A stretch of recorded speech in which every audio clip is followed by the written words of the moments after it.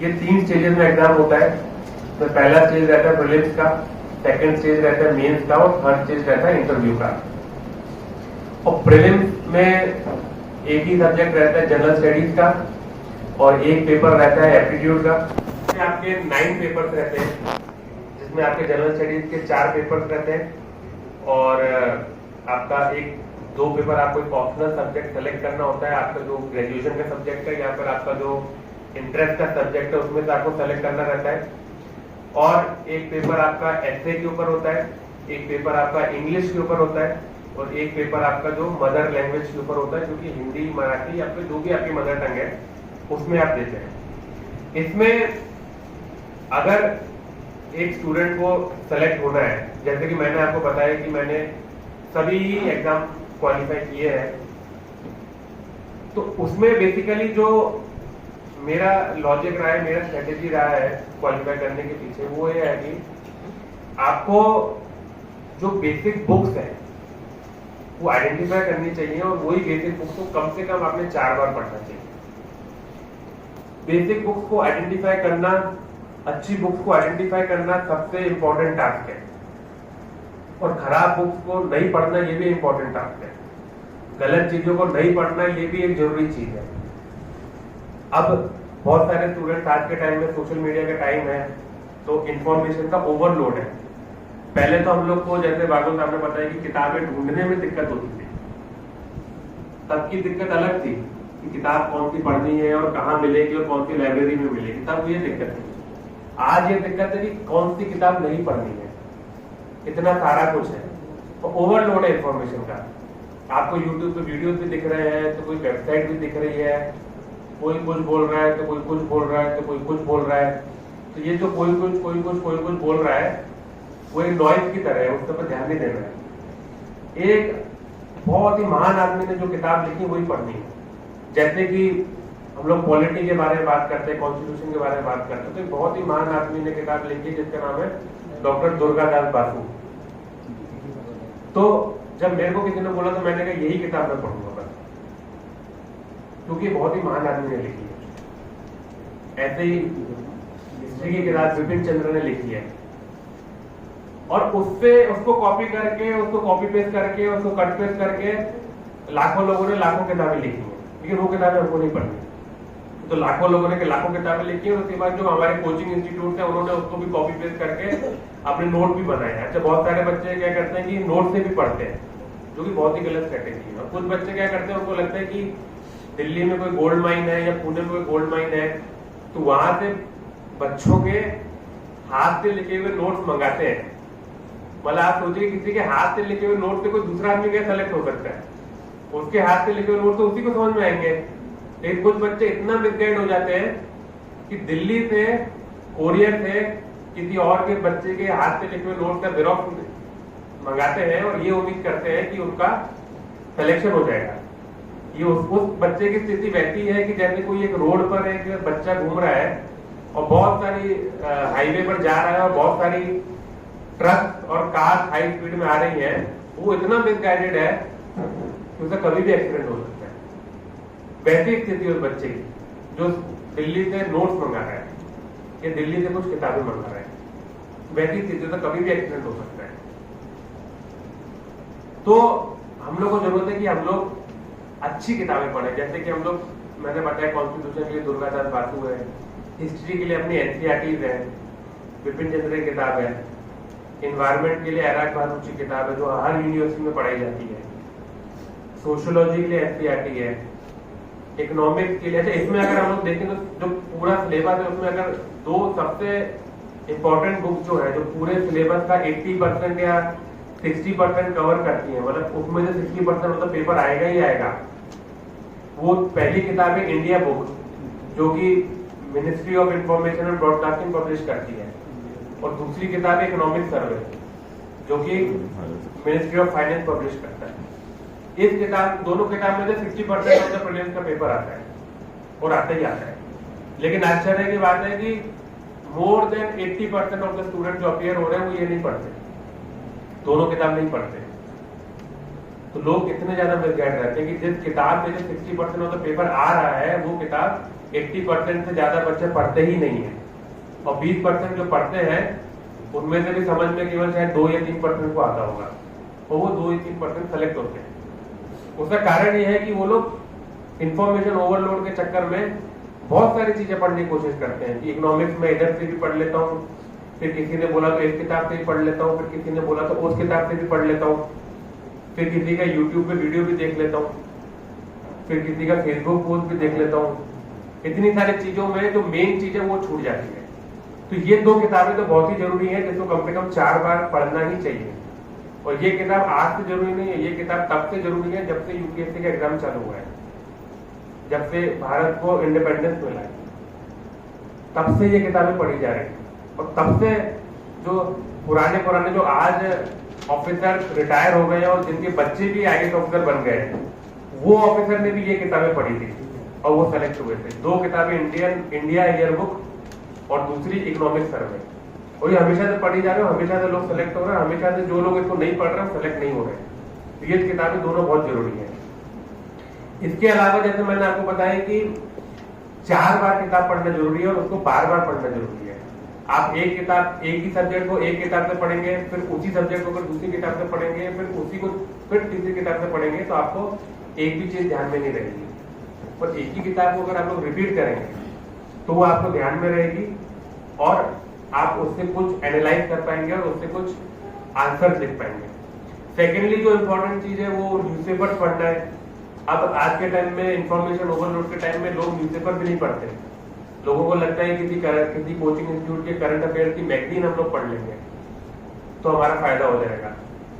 ऐसा आप लोगों का चेहरा देख के मुझे लग रहा है कि आप में से कुछ लोग भी ऐसा कर रहे हैं अभी, तो वो चीज मत कीजिए। कोई बहुत सारी मैगजीन आती है, किसी विजन आईएएस की आती है, किसी सिविल सर्विस टाइम्स की आती है, या सिविल सर्विस रिव्यू की आती है। ये सब कुछ को मैं अगर बहुत ही खराब लैंग्वेज में बोलूं तो ये सब एक कचरा की तरह है जिसको बिल्कुल उठा के फेंक देना चाहिए, क्योंकि ये उसमें जिस तरीके से लिखा होगा आपको समझ में आने वाला नहीं है, और समझ में जो चीज आने वाली नहीं है वो इस एग्जाम में तो आप उसको अटेम्प्ट ही नहीं कर सकते, क्योंकि इस एग्जाम में जो सिलेबस है वो बहुत बड़ा है।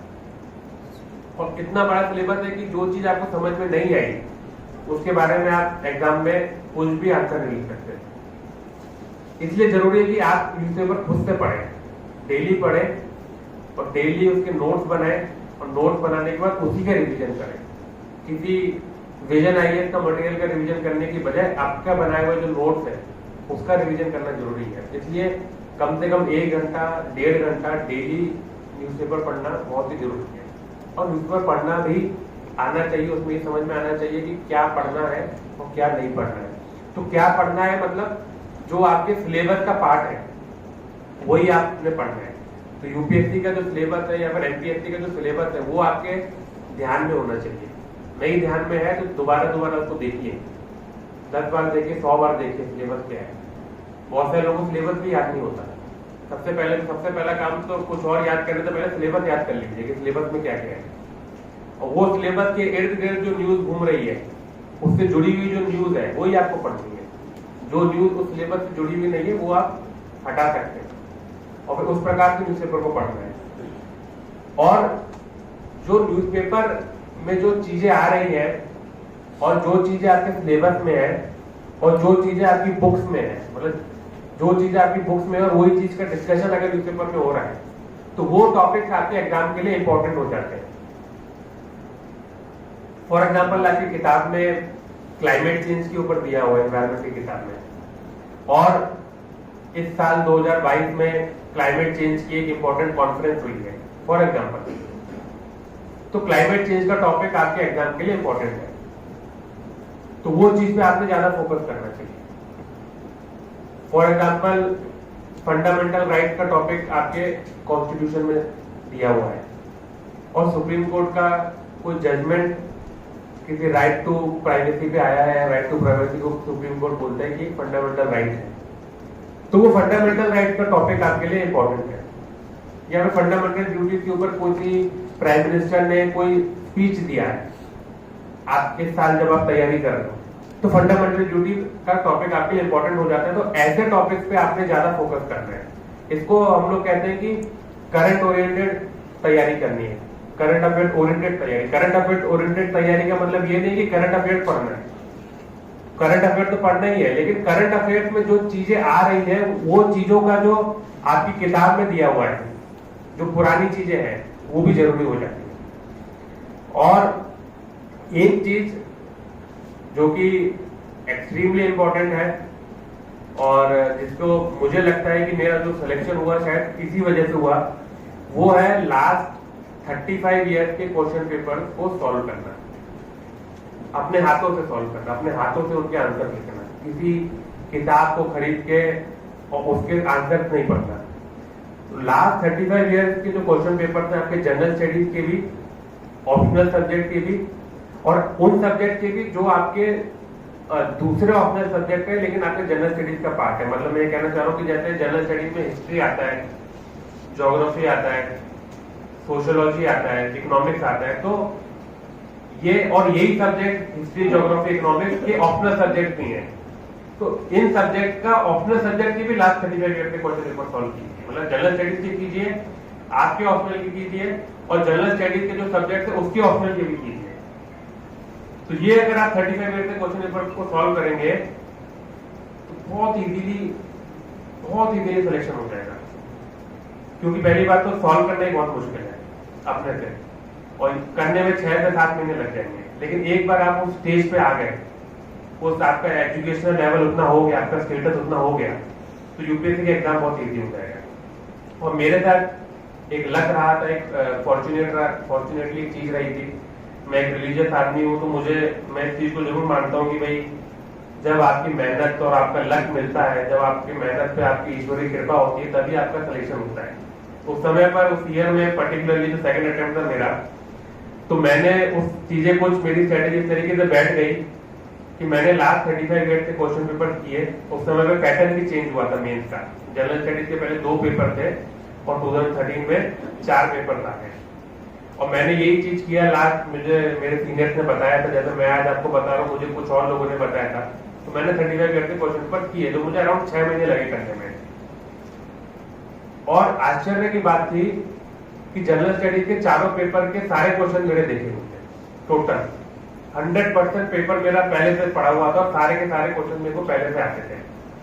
और मेरा इंटरव्यू थोड़ा खराब गया था क्योंकि उस समय पर लैंग्वेज पे मेरी इतनी कमांड नहीं थी। इंग्लिश भी मैं परफेक्ट नहीं बोल पाता था, मैं हिंदी बोल पाता था परफेक्ट, तो मेरे इंटरव्यू बहुत कम मार्क्स आए, इसलिए मेरी रैंक थी 180। लेकिन जो मेरे जनरल स्टडीज में जो मेरे मार्क्स थे, वो उस समय पे जो ऑल इंडिया रैंक 1 था, टॉपर था, उससे भी ज्यादा मार्क्स थे। इस वजह से 35 ईयर्स के जो क्वेश्चन पेपर मैंने किए और मेरे को जो मेरे सीनियर्स ने बताया था, उसकी वजह से मेरे जनरल स्टडीज में से ज्यादा मार्क्स आए। और आप लोग भी अगर इस प्रकार से करेंगे तो आप लोग भी इजीली ये देखेंगे कि 50-60, जो मेरे सामने तो 100% मतलब पेपर देखा हुआ आ गया था, लेकिन 50-60% पेपर तो आप लोग भी अगर करेंगे तो आपको भी लगेगा कि ये देखा हुआ पेपर है। और उसके साथ में जरूरी है कि आप लोग जो एसेज है, जो अच्छे टॉपिक्स पर हर 10 दिन में 15 दिन में जरूर लिखें। क्योंकि यूपीएससी के एग्जाम, एमपीएससी के एग्जाम आपकी राइटिंग ही देख रहा है, आप लिख किस तरीके से रहे हैं, आपकी राइटिंग प्रैक्टिस ही देख रहा है।